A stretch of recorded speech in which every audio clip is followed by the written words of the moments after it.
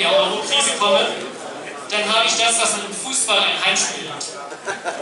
Dann fühle ich mich zu Hause so, wie sich Boris Becker in Wimbledon in seinem Wohnzimmer fühlte. Willkommen in meinem Wohnzimmer. Wenn Sie jüngst Fernsehen gesehen haben, dann haben Sie erlebt, dass sich Herr Brüderle und Herr Stoiber in meinem Wohnzimmer deutlich unwohler gefühlt haben.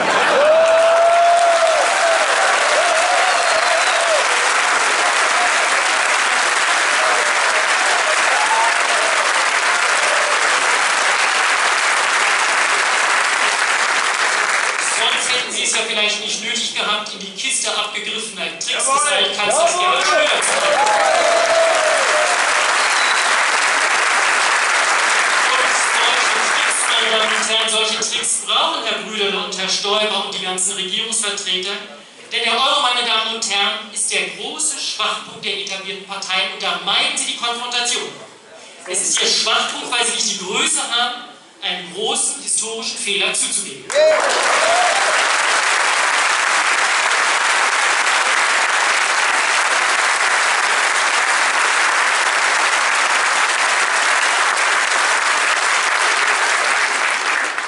Dabei war die Idee des Euro-Jahr scheinbar einleuchtend. Wir alle wollen die europäische Integration, wir alle wollen den europäischen Binnenmarkt.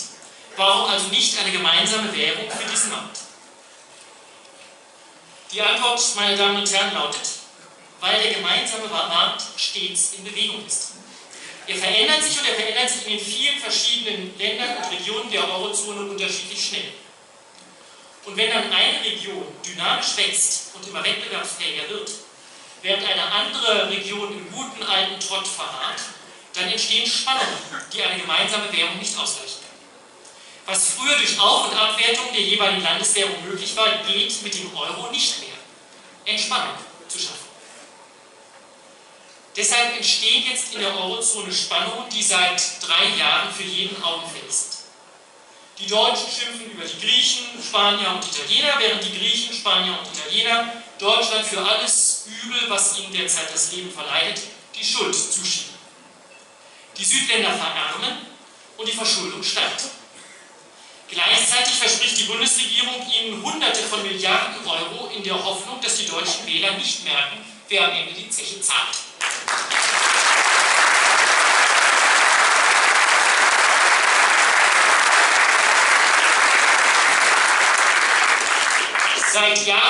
Seit 3 Jahren gibt es nun diese Krise und sie wird von Jahr zu Jahr schlimmer.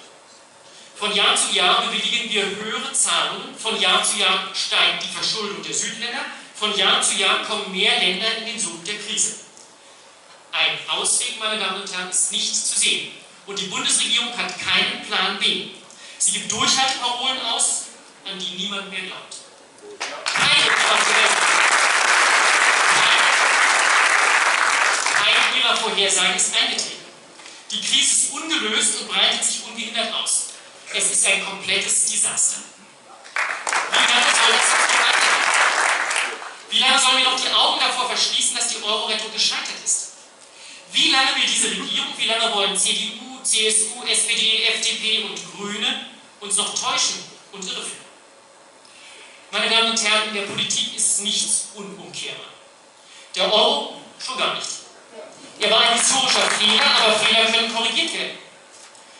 Wenn der Euro scheitert, dann scheitert doch nicht Europa.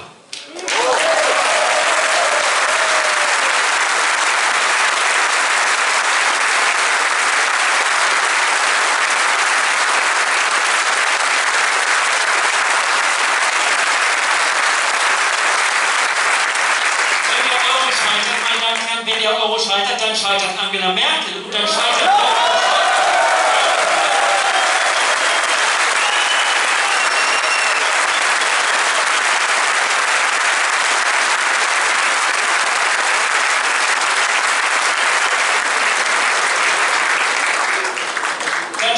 diese ganze famose Regierung, dann scheitern CDU, CSU, SPD, FDP und die Grünen. Na und?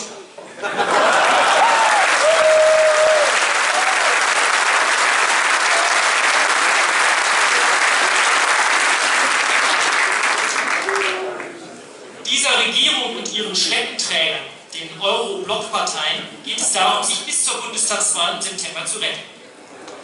Danach kommt dann der Zahltag. Dann wird Griechenland in die Pleite geschickt werden. Danach wird die Regierung den Bürgern die Rechnung für ihre heillose Rettungspolitik präsentieren. In dem Zusammenhang fällt mir dann Winston Churchill ein, der große Premierminister und Literaturnobelpreisträger. Er hat gesagt, Politiker denken an die nächste Wahl, Staatsmänner denken an die nächste Generation. Ja.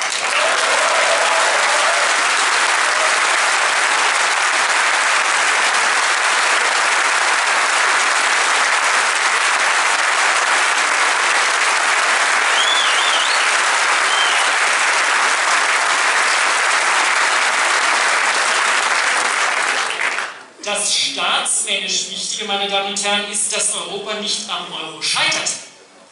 Unter dem Euro zerfällt Europa derzeit in einen verarmenden Südteil, der stagniert, und in einen wirtschaftlich erfolgreichen Norden, der unter diesen enormen Zahlungsverpflichtungen, unter diesen Haftungszusagen leidet. Unter diesem Euro erwachen in Europa alte antideutsche Ressentiments zu neuem Leben.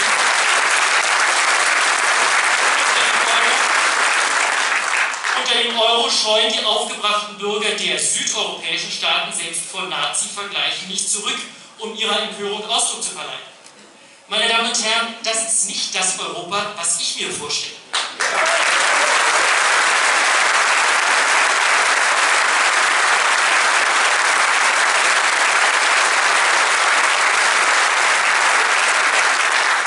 Europa, meine Damen und Herren, soll wieder eine Friedensgemeinschaft sein. Europa soll wieder allen seinen Staaten, im Norden wie im Süden, Wohlstand und Wachstum ermöglichen. Europa soll wieder ein Ort sein, wo sich Menschen freundschaftlich und mit gegenseitigem Respekt begegnen. Ja. Dies alles geht mit dem Euro nicht.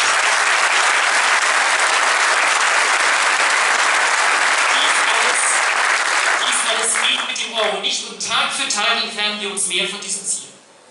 Deshalb, meine Damen und Herren, müssen wir den Euro auflösen, wenn wir wahre Europäer sind. Denn der Euro ist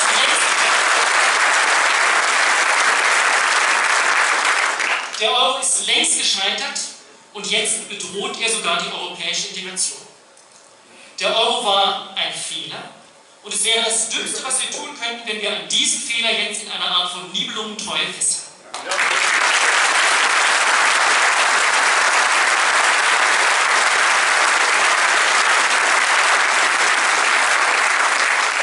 Meine Damen und Herren, es ist ja nicht so, dass die Welt zusammenbräche, wenn man den Euro aufgäbe.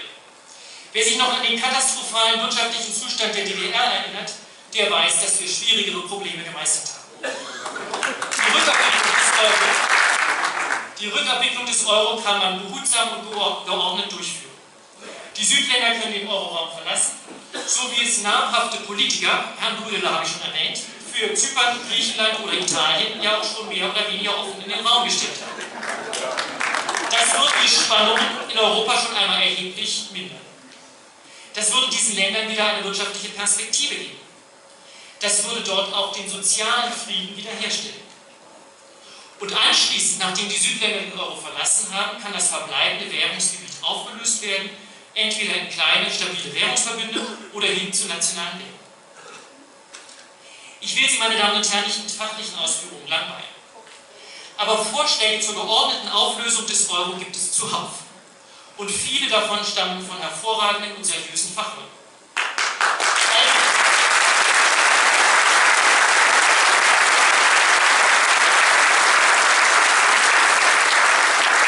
All die Publikationen, in denen die Bundesregierung die Alternativlosigkeit des Euro behauptet und die Alternativlosigkeit ihrer Politik behauptet, sind nichts als Pamphlete aus der regierungsamtlichen Abteilung Lügen ohne rot zu werden.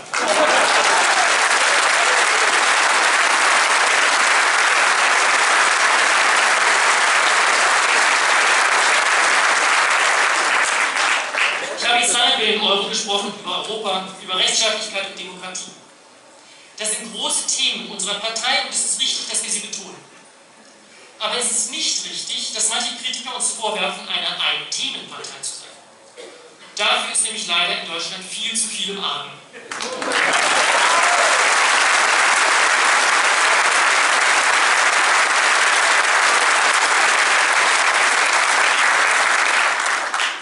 Und wir sehen leider denselben Problemtypus wie in der Euro-Krise in vielen anderen Politikfeldern auch.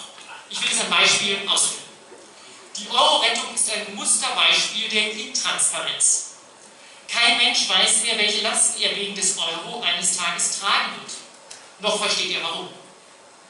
Aber mit unserem Steuerrecht verhält es sich genauso. Wer versteht denn noch, warum er in welcher Höhe besteuert wird? Ja. Es wimmelt von Detailregeln, von Ausnahmetatbeständen, von Sondervorschriften, die völlig undurchschaubar sind. Allenfalls ein paar Hoteliers haben wir noch den Durchblick.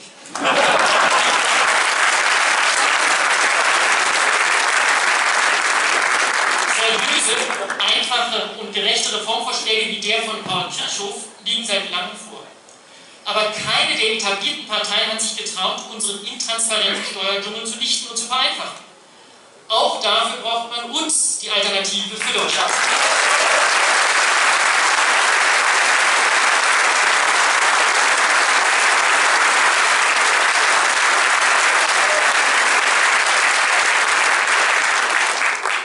Meine Damen und Herren, die Euro-Rettungspolitik ist völlig unsozial.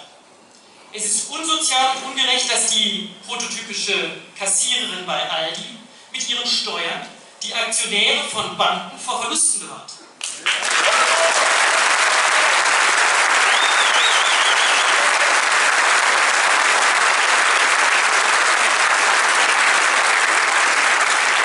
Und diese Steuern auch der kleinen Leute bewahren nicht nur die Bankaktionäre vor Verlusten, sondern auch die Eigentümer von Hedgefonds und die Zeichner von Investmentfonds und diese Horde von jungen, aalglatten Spekulanten, die mit 30 Jahren schon Millionäre sind.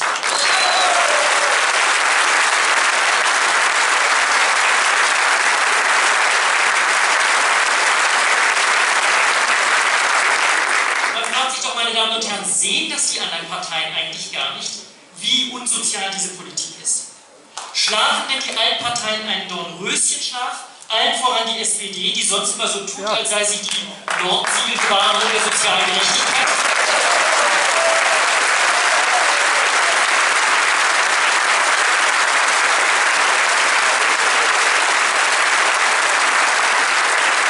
Ich kann Ihnen versichern, meine Damen und Herren, die Alternative für Deutschland schläft nicht. Ebenso unsozial sind neuerdings unsere Energiepreise. Denn wir zahlen nun ja nicht mehr einfach die Kosten des Stroms, den wir verbrauchen, wogegen niemand etwas hätte.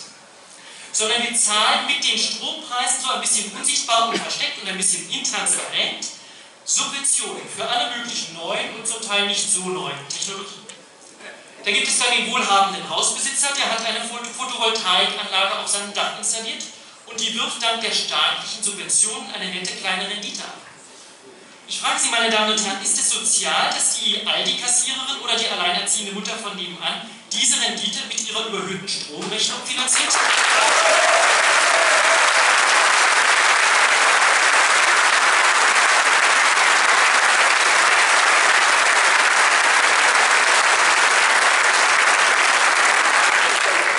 Meine Damen und Herren, wenn man schon Subventionen zahlt, dann sollten sie aus dem allgemeinen Steueraufkommen finanziert werden. Dann sinken die Energiepreise, dann wird der Strom nicht zum unbezahlbaren Luxusgut und dann werden nicht die Arbeitsplätze in der Industrie gefährdet. Auch für eine vernünftige Energiepolitik braucht man uns, die Alternative für Deutschland.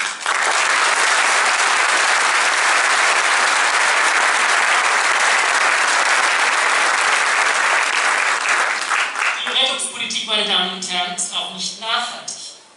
Den Südstaaten werden Schulden aufgebürdet, die sie nie werden tilgen können.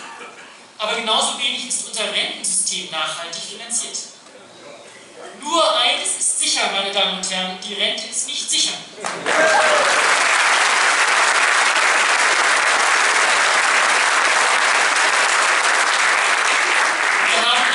Wir haben ein massives demografisches Problem in Deutschland, das ist sicher. Aber die Rente ist nicht sicher. Die Regierung hat deshalb vor Jahren die Riester-Rente erfunden. Da soll die Arbeitnehmer nun sparen und auf Zinsen hoffen und so für ihr Alter privat vorsorgen. Jetzt aber, durch die Euro-Krise, sind die Zinsen auf einem Rekordtief. Sie gleichen nicht mal die Inflation aus. Ihr Geld, meine Damen und Herren, das wird immer weniger, das ist sicher. Wer seine Rente sichern will, der muss die Euro-Krise beenden, damit man auf Ersparnisse wieder Zinsen kriegt. Dafür brauchen wir Alternativen für Deutschland.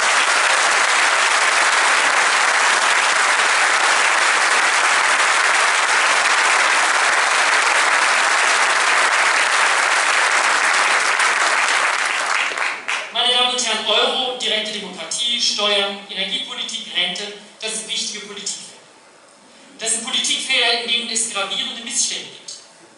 Das sind Politikfelder, in denen die etablierten Parteien versagt haben und Antworten schuldig bleiben. Antworten, die die Alternative für Deutschland jetzt gibt und geben wird.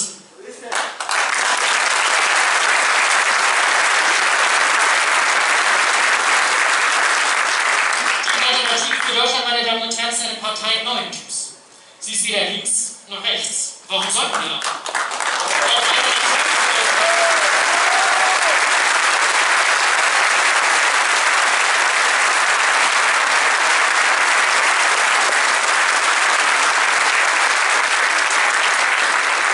Als Alternative für Deutschland brauchen wir keine ideologischen Wegweiser. Wir brauchen nur unseren gesunden Menschenverstand.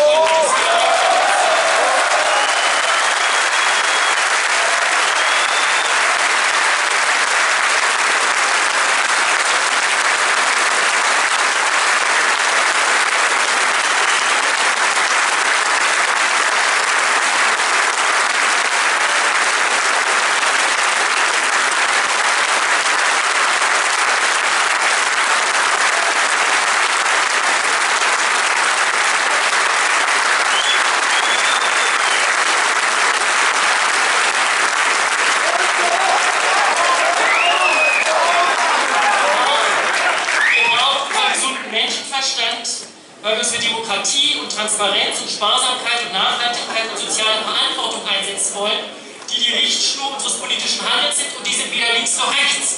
Jeder vernünftige Mensch, meine Damen und Herren, teilt diese Ziele. Egal, ob er früher SPD oder FDP, die Union oder die Grünen gewählt hat.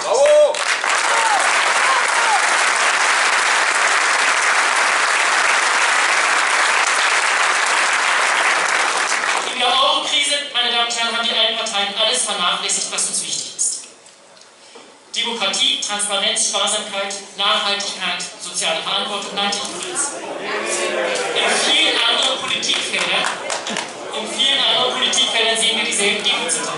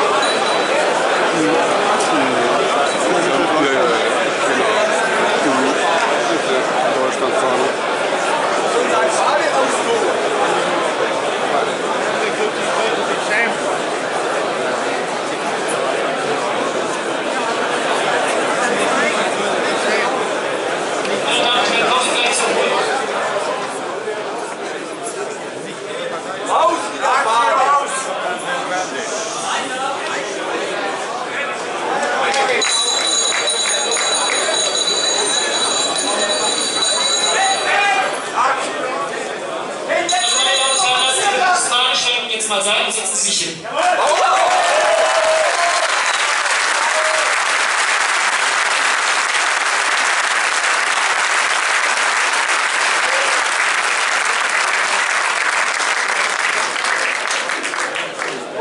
Unsere Prinzipien, ich wiederhole es nochmal, sind die Prinzipien des gesunden Menschenverstandes, sind Demokratie und Transparenz, Rechtsstaatlichkeit, Sparsamkeit, Nachhaltigkeit, soziale Verantwortung. In vielen Politikfeldern sehen wir Defizite, die genau dieser Prinzipien bedürfen, und das definiert unsere politische Agenda.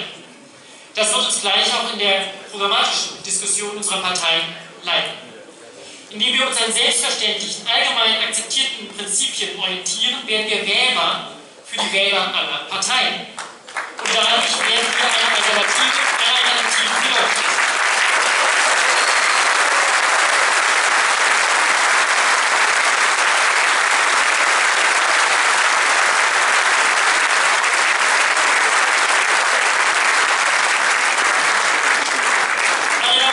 Viele politische Themen warten auf uns.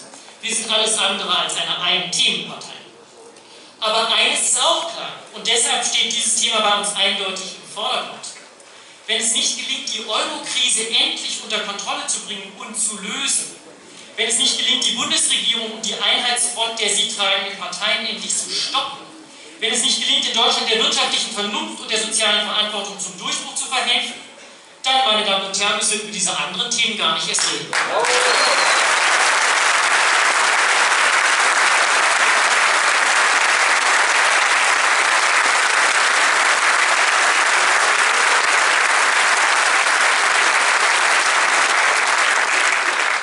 Deshalb lassen Sie uns auf diesem Parteitag ein überzeugendes Signal setzen. Hier kommt eine neue Partei. Hier kommt eine neue Partei aus der Mitte der Gesellschaft, die einig und stark ist. Eine Partei, die geschlossen für ihre Ziele kämpft, für Demokratie und Rechtsstaat und ein friedliches, wirtschaftlich erfolgreiches Europa. Ja. Lassen Sie uns ein Signal setzen, dass wir die Alternative für Deutschland eine Alternative sind.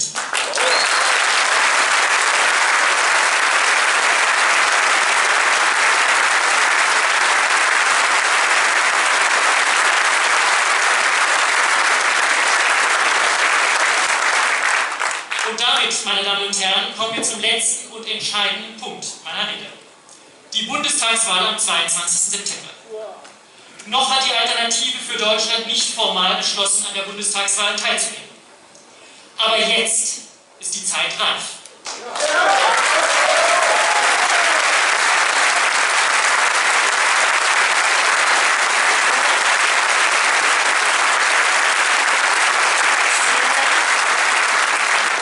So wie die Zeit reif war für unsere Partei, so ist sie jetzt reif für unsere Entscheidung. Wir wollen Sie hier treffen, meine Damen und Herren, auf diesem Parteitag mit Ihnen allen zusammen. Und meine Damen und Herren, für diese Entscheidung brauchen wir keine Abstimmung. Diese Entscheidung treffen wir per Akklamation. Meine Damen und Herren, wenn Sie mit mir der Überzeugung sind, dass die Alternative für Deutschland bei der Bundestagswahl antreten soll, dann demonstrieren Sie es jetzt. Dann stehen Sie jetzt auf von Ihren Plätzen, dann zeigen Sie es jetzt.